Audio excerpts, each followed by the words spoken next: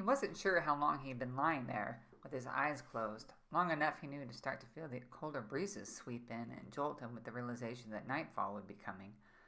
Why should I care about going back? What hope do I have?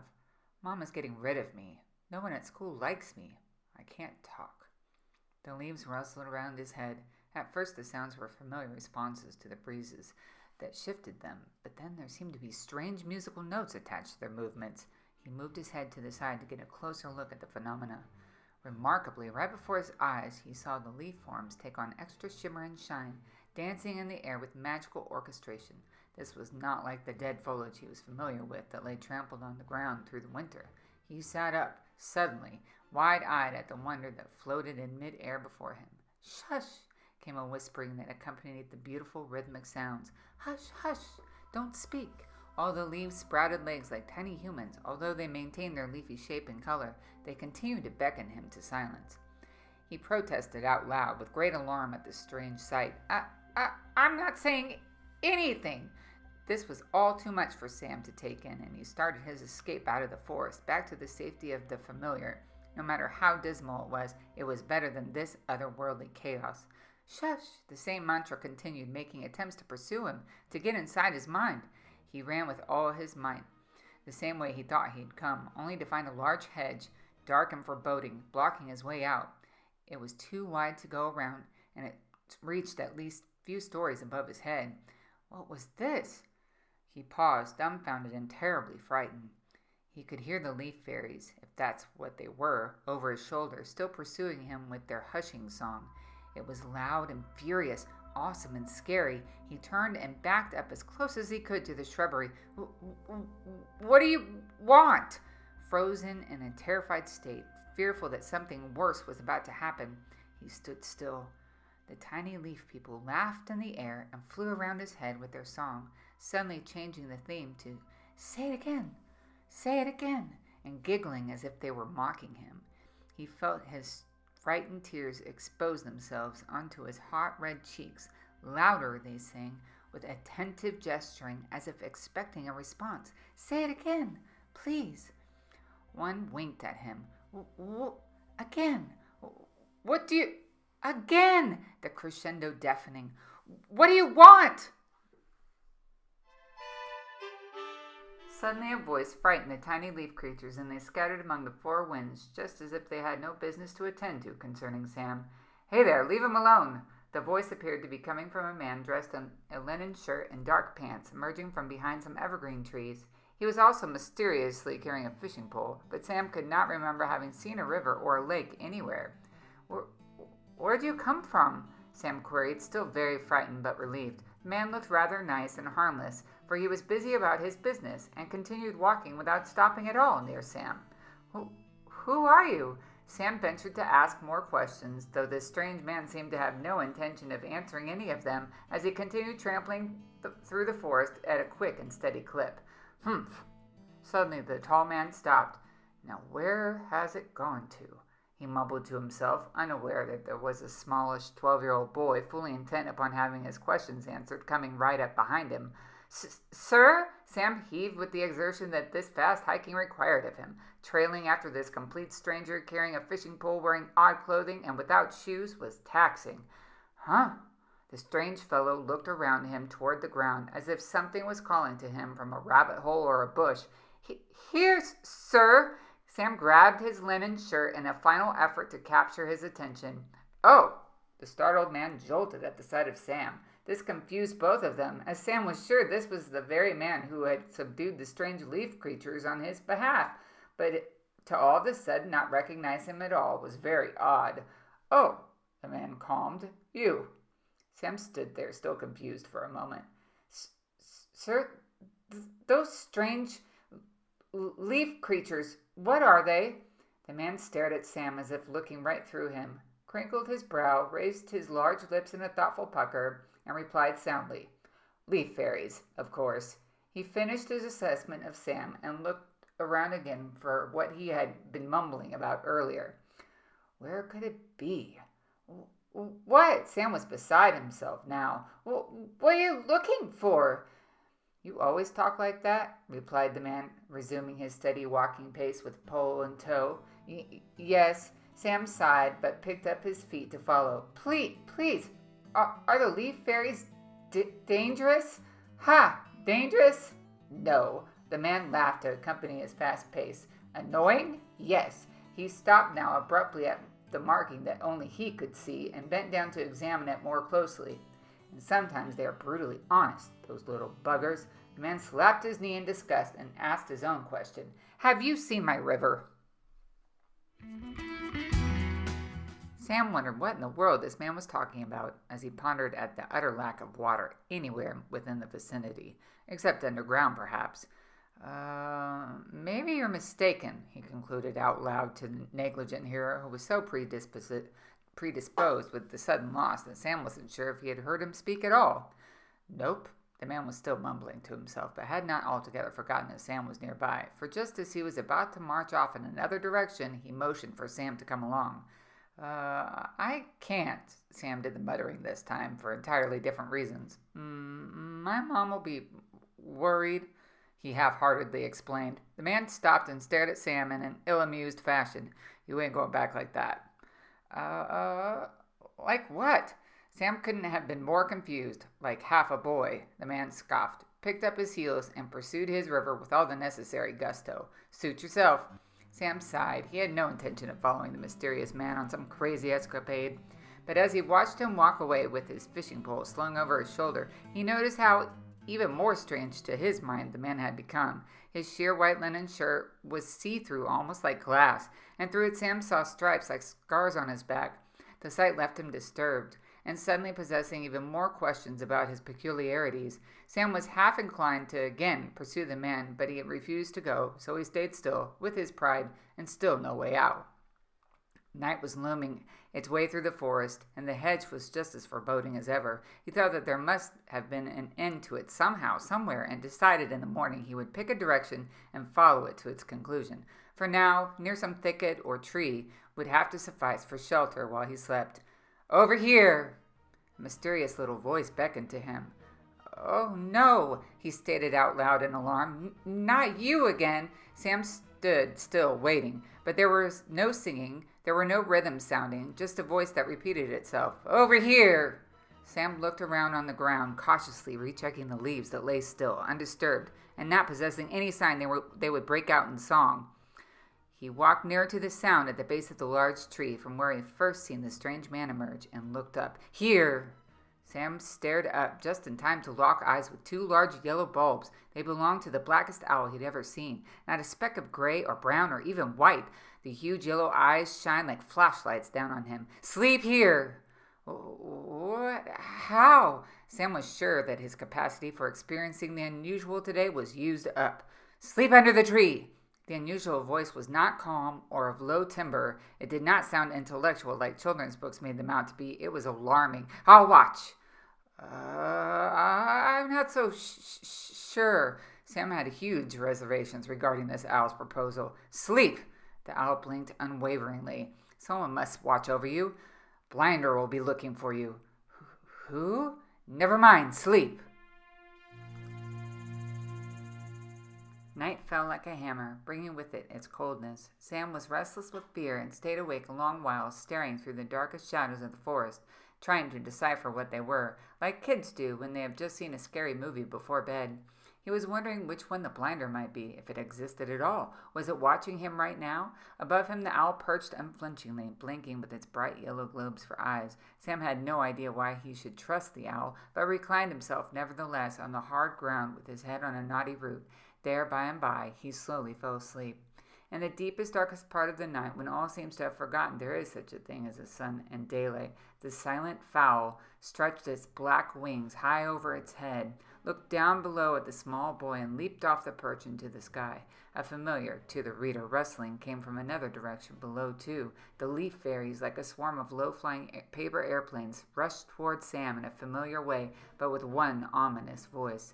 "Arise, dear Sam, the blinder is upon you." They filled Sam's sleeping ears in vain for a while, until their sound became louder and more fierce. "Arise!" came the shrillest of voices that finally woke him up. Sam, conscience regained, woke just in time to see the black owl transform itself mid-air into a dark and hooded human figure. He carried a long staff and pointed it straight at Sam with ominous intent. The staff burned at the end as if with fire. Sam thought, "The blinder," in a panic, but exclaimed out loud, "Oh, I get it, the idea. You really are the blinder. Quick, quick, escape like mad," cried the tiny fairies. "Where do I go?" Sam's feet were already running as he tried to communicate to the swarm of leaves buzzing around his moving feet. To the rabbits with haste!" The little voices surrounded Sam, but the blinder was too close, chasing after him as if he still had owl's wings. Sam groped his way through the darkness in vain and tripped on a protruding rock. With this, the fairies cried in horror, "Oh, no!" as the blinder stood over Sam. Poker aimed. It made no sound at all. Its face was indiscernible, but the poker it held was inches from Sam's own face. Sam closed his eyes and covered them with his hands in final resistance. But then something remarkable happened all while his eyes were shut. A flock of doves flew in out of nowhere and intervened, attacking the blinder in such a cloud of white it had no choice but to back off. Sam felt furry arms and claws grab his own arms and drag him away from the formidable scene. The next thing Sam realized, with eyes open, safely in their sockets, was that he was in some kind of underground tunnel, a rabbit burrow. Sam was nose to nose and eye to eye with a large rabbit who was peering over him like a furry doctor. The rabbit's nose was wriggling, keeping the pace of the investigation. Sam's was not. His uneasy breath kept the pace alarmingly well. "From where do you come?" It started its inquest. Its breath smelled of fresh-cut grass and carrots, and it wasn't as refreshing as one might imagine, blown right in Sam's face. I come from Indiana." Sam could think of nothing else to say, and continued to stare in the large brown almond-shaped eyes. "From what?" The rabbit shifted in perturbed response to this. "I know nothing of this Indiana." The rabbit sniffed. It examined Sam's clothes from head to foot and scratched his arms and legs here and there. "But you do seem to be lost." "Ow!" Sam rubbed his arms in protest and rallied an effort to evade the next set of scratchings. The rabbit narrowed his eyes at Sam for a moment as if studying a book, and then hopped away to the other side of the cave where another rabbit was busying itself by what seemed to be a fireplace and a tiny kitchen. I am lost." It was all Sam could do not to cry, and he bolstered his efforts to conceal his emotions, burying his face in his hands, sighing heavily. After a long pause, with head still in his palms and no noises to decipher around him — rabbits are usually very quiet — Sam looked up again, this time out of curiosity, only to find both rabbits were staring at him with blank expressions. One had more white on his face than the other upon further observation. The darker one was the one that first examined Sam. They both blinked simultaneously, unmoved by his struggle. For the life of Sam, he couldn't figure out what all this meant, or how being here with two human-sized rabbits would help his situation at large. Sure, there was no longer a dark-caped figure literally trying to blind him, but he was no further in his pursuit to get home.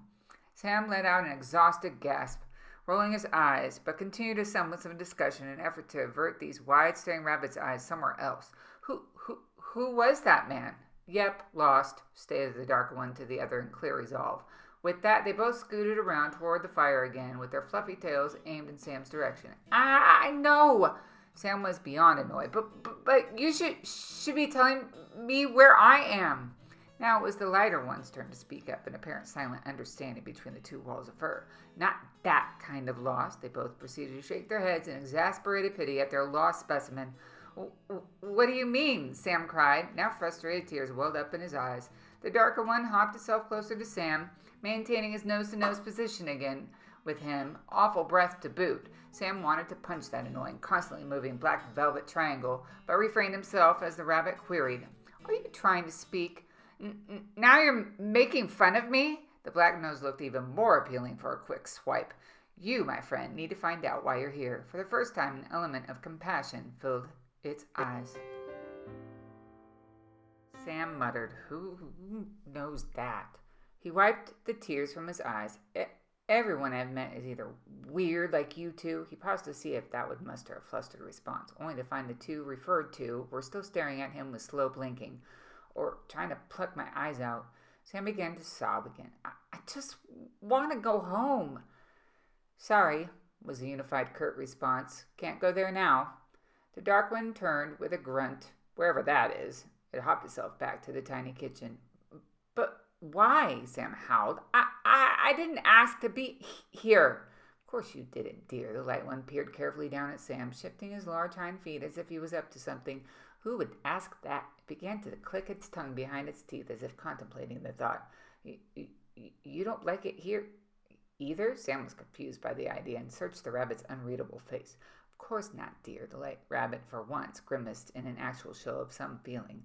What with that awful creature running about plucking eyes out, not to mention some of the animals tricking helpless creatures like yourself, it continued. You are lucky we found you, and the trees, but there is peace.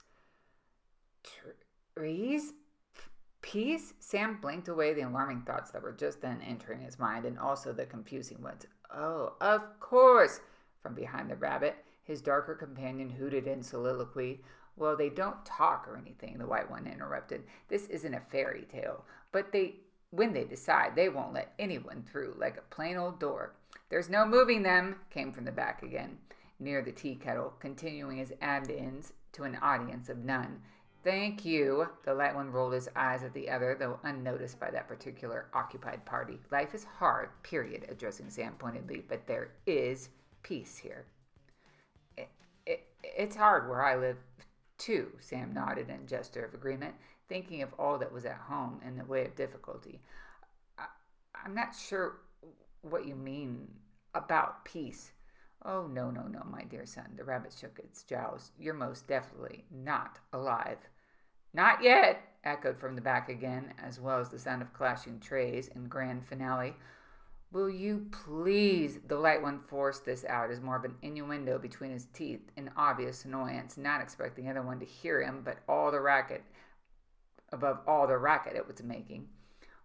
What? Sam almost stood up to run out at the awful presumption. Shh, child. The rabbit blinked back in its stone-faced posture. No need for alarm. Facts are facts. That is all. I don't understand you, Sam bellowed in revolt. I thought you two were weird. This settles it. It settles nothing, the rabbit rapidly fired back, but in a furry way somehow. Come, have something to eat. The leaves talk, Sam returned emboldened with the recollection. He sought to undermine the large furry animal's assuredness by changing the subject of what he thought of as an obvious abnormality. Rabbits talking and making tea aside.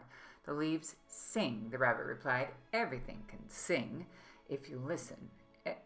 Everything cannot sing. Sam was fully exasperated, overcome with want for normalcy. That's what a dead person would say. Or a sleeping one, from behind, with additional kitchen ruckus. What are you doing back there? Finally, the light rabbit turned to the other one to examine what it was that could possibly be the reason for all the noise. The dark rabbit had just finished taste testing something with the spoon still in its mouth when he was caught red-handed, as it were. At the very same moment, a measuring cup lost its footing at the corner of the counter and fell off, finalizing things with a hi-hat-sounding emphasis. Ugh, groaned the rabbit that wasn't cooking. You make such a mess. Aha, returned the other, but I'm a good cook. Time to eat. But I haven't even slept. Sam was hoping there was a comfortable bed around to lay his weary, overstimulated head. Sleeping is a waste of time, the light rabbit cautioned in a manner tuned to his other responses. Of course, you would say that. Sam rolled his eyes, pretty sure in himself that he could stop taking them seriously altogether. What are your names? Said with utterly mild curiosity. Mine is Sentience, the light one said, and Master Chef back there, with added eye-rolling. His name is Battle. Oh. Sam was not sure what sentience meant, and was still unsure what he meant by Sam not being alive, but didn't care enough at the moment to query. I want to sleep. Sam attempted a burrowing of resolve, no pun intended. You can call me Sentience said, ignoring Sam, and that one you can call Batty. He snickered at his own joke, finally revealing eyes that sometimes squinted with joy. Battle, said the other.